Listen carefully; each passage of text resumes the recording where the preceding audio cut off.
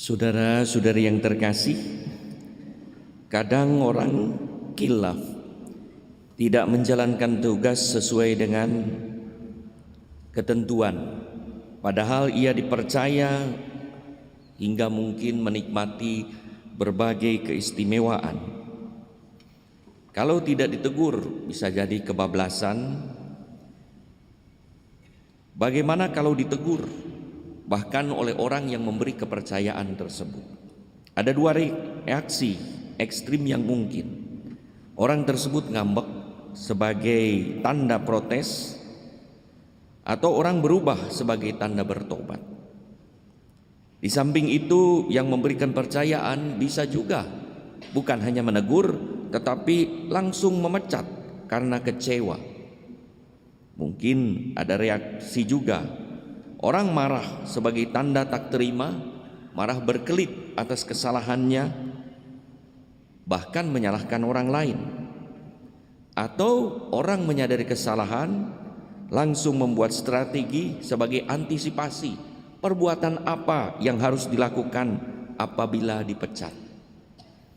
Yang lebih parah lagi adalah orang yang dipecat atau mengalami kegagalan malah merusak diri, bahkan juga ada yang bunuh diri.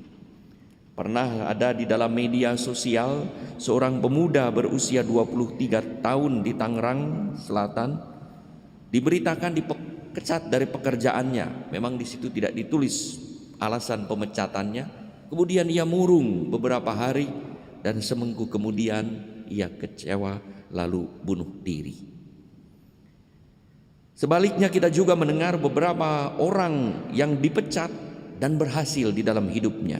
Salah satunya misalnya tokoh besar Walt Disney, tokoh pencipta kartun Mickey Mouse, yang dipecat dari pekerjaannya sebagai kartunis di sebuah koran perusahaan Kansas City Star karena alasan kurang imajinatif. Dia dipecat, lalu dia mulai berpikir.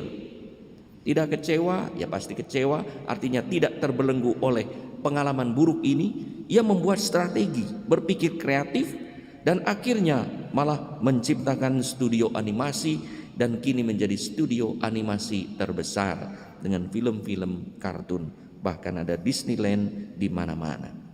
Saudara-saudari yang terkasih, bendahara yang diceritakan Yesus dipecat karena kesalahannya. Ia tidak menyangkal kesalahannya yang menghamburkan harta tuannya, tetapi sadar berusaha memperbaiki kesalahan dengan cerdik, yaitu membagikan komisinya sebagai remisi, pengurangan atas hutang 2 orang kepada tuannya. Maka dengan mengurangi hutang dari 100 menjadi 50 tempayan minyak dan dari 100 menjadi 80 pikul gandum, bendahara itu mencari simpati dari orang-orang yang berhutang tanpa merugikan tuannya, tetapi mengorbankan komisinya. Maka kita dengar kenapa dia dipuji, kok tidak jujur, tidak dipuji? Tidak. Dalam hal terakhir dia tidak merugikan tuannya, tidak mencuri apa yang menjadi hak tuannya, tetapi mengorbankan apa yang menjadi miliknya. Karena bendahara pada zaman Yesus adalah orang yang sangat dipercaya, bukan hanya mengatur harta, tetapi juga berkuasa membagikan harta sesuai kepada orang sesuai dengan tanggung jawab yang diberi tuannya. Bendahara itu berkuasa atas harta tuannya dan berhak menerima komisi dari apa yang dikelolanya, termasuk hutang dan bunganya.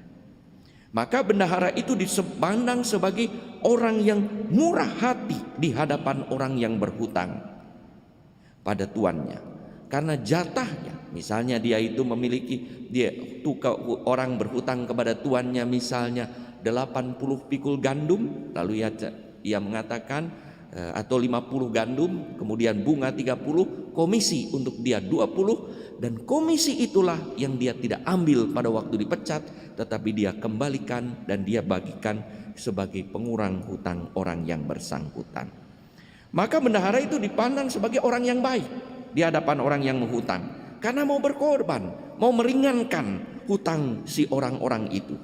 Ia tidak bertindak tidak jujur dalam hal ini, tetapi membuat strategi yang memukau hati, sehingga saat kehilangan pekerjaan karena dipecat.